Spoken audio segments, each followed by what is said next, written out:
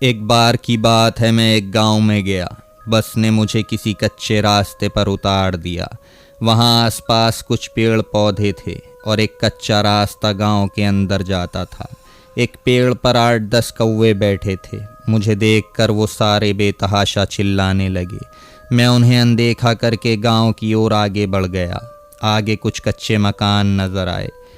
मैं उन मकान की ओर जाने लगा तो बाहर बैठे लोग सटासट घर के अंदर चले गए और अंदर जाकर दरवाज़ा बंद कर लिया। मुझे देखकर काफ़ी हैरत हुई। मैं वहीं एक मकान के पास झाड़ के नीचे बैठ गया। सोच रहा था किसी से मदद मांगूं। पसीनों में पूरी तरह तरबतर हो चुका था। बहुत तेज़ प्यास लगी थी। तभी अचानक मेरी नज़र ऊपर पेड़ की डाल पर गई। वहाँ पर एक डरावनी काली बिल्ली बैठी थी जो मेरी ओर ऐसे घूर कर देख रही थी जैसे मेरा शिकार कर लेगी। मैंने उसे डराने की काफ़ी कोशिश की तो वो उल्टा मुझे ही घुर्रा कर डराने लगी। कुछ देर बाद मैंने उसको अनदेखा कर दिया और फिर से वहीं बैठ गया। तभी अचानक उस बिल्ली ने पीछे से मेरी गर्दन पर वार कर दिया।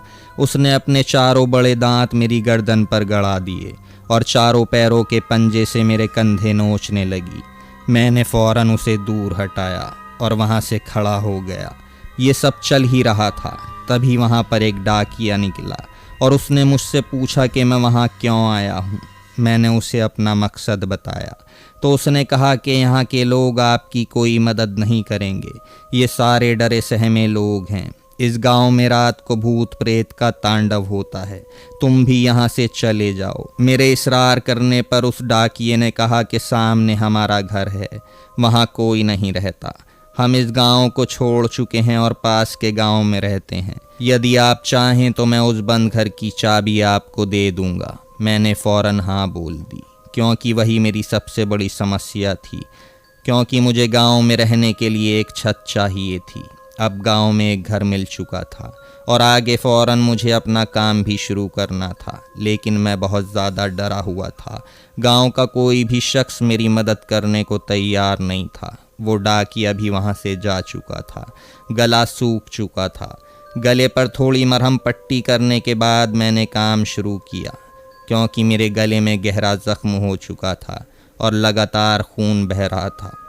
कौवे वाली बात, बिल्ली वाली बात, लोगों के घर में चले जाने की बात और भूत प्रेत की अफवाहें, इन सब को टालबद्ध तरीके से मैंने लिखना शुरू कर दिया।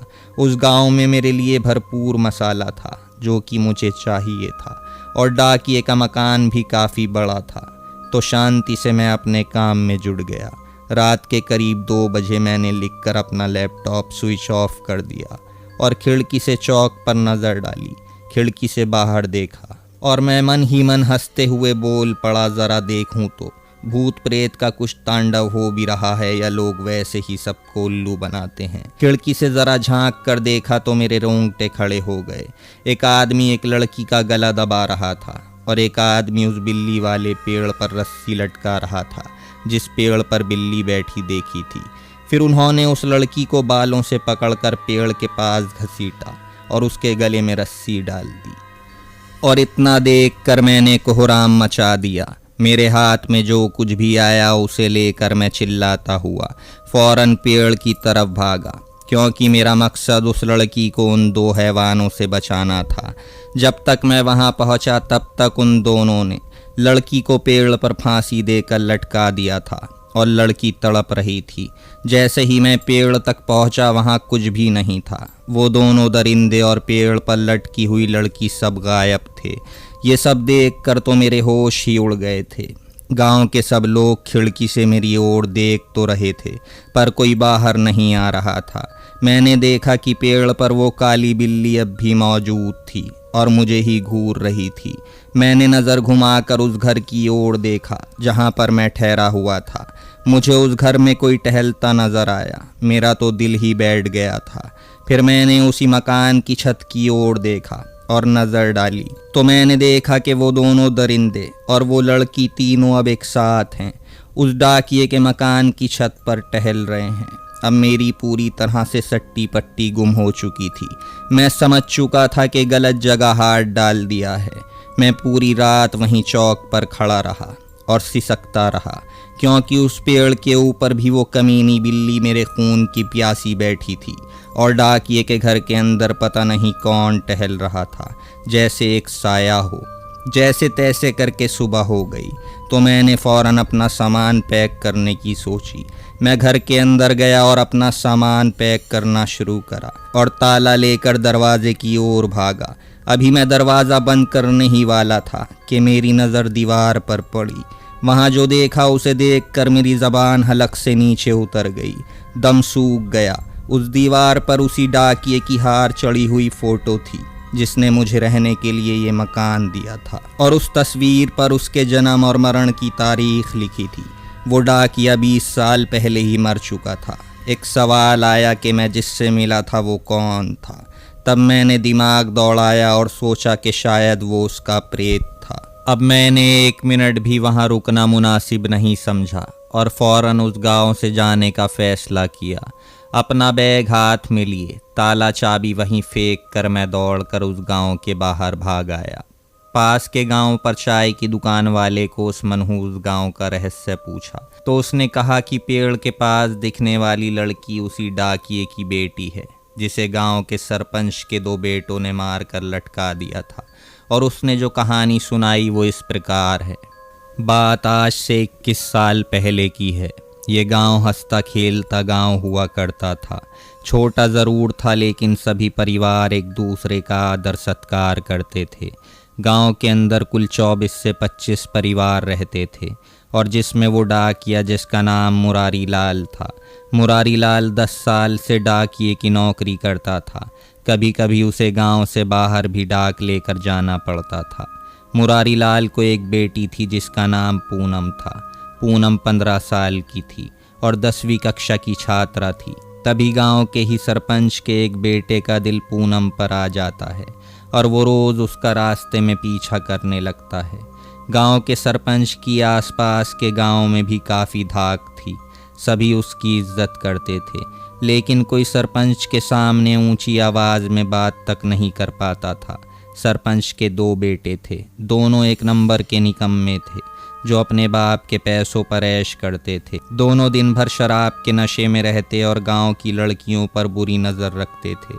सरपंच के बड़े बेटे का दिल मुरारी लाल की बेटी पूनम पर फिसल जाता है। पूनम एक सीधी साधी लड़की थी जो अपने माँ बाप की इज्जत मिट्टी में मिलता नहीं देख सकती थी।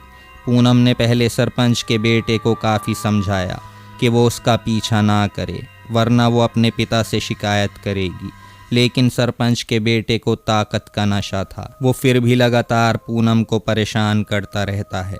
अब पूनम का पढ़ना लिखना मुश्किल हो चुका था।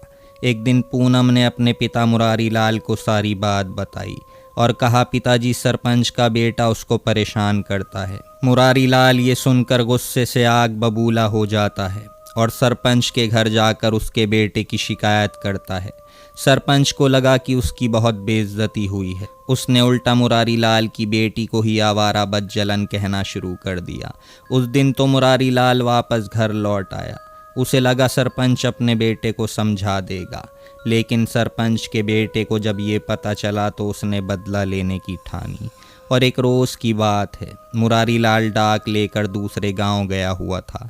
तभी पूनम घर की छत पर कपड़े सुखा रही थी। इतनी देर में सरपंच के दोनों बेटे आ धमकते हैं और पूनम को घसीटते हुए पूरे गांव में घुमाते हैं और उसी पेड़ के नीचे लाकर एक रस्सी का फंदा तैयार करते हैं। पूनम उनके आगे दया की भीख मांगती रहती है, लेकिन वो दोनों हैवान उसकी एक नहीं सुनते और पूनम को उसी पेड़ में फंदा लगाकर टांग देते हैं। पूनम की मौत हो जाती है। अगले दिन जब मुरारी लाल वापस गांव आता है तो उसे पता चलता है कि बेटी को हैवानों ने मार दिया। बेटी का अंतिम संस्कार करके मुरारी लाल कसम खाता है कि वो उन 2 हैवानों से बदला लेगा और 2 दिन के बाद मौका देखकर उन दोनों हैवानों को उसी तरह मार देता है जैसे उसकी बेटी को मारा गया था। अब बेटी का बदला पूरा हो चुका था। मुरारी लाल अपने घर में खुद को भी फांसी लगा लेता है और अपनी लीला भी समाप्त कर लेता है, क्योंकि उसकी एकमात्र बेटी ही थी जिसके लिए वो जिंदा था। जब से लेकर आज तक इस गांव में मुरारी लाल, उसकी बेटी और उन 2 हैवानों की आत्माएं घूमती रहती हैं और आपस में लड़ती रहती हैं। मैंने उस बूढ़े आदमी से उस बिल्ली के बारे में भी पूछा।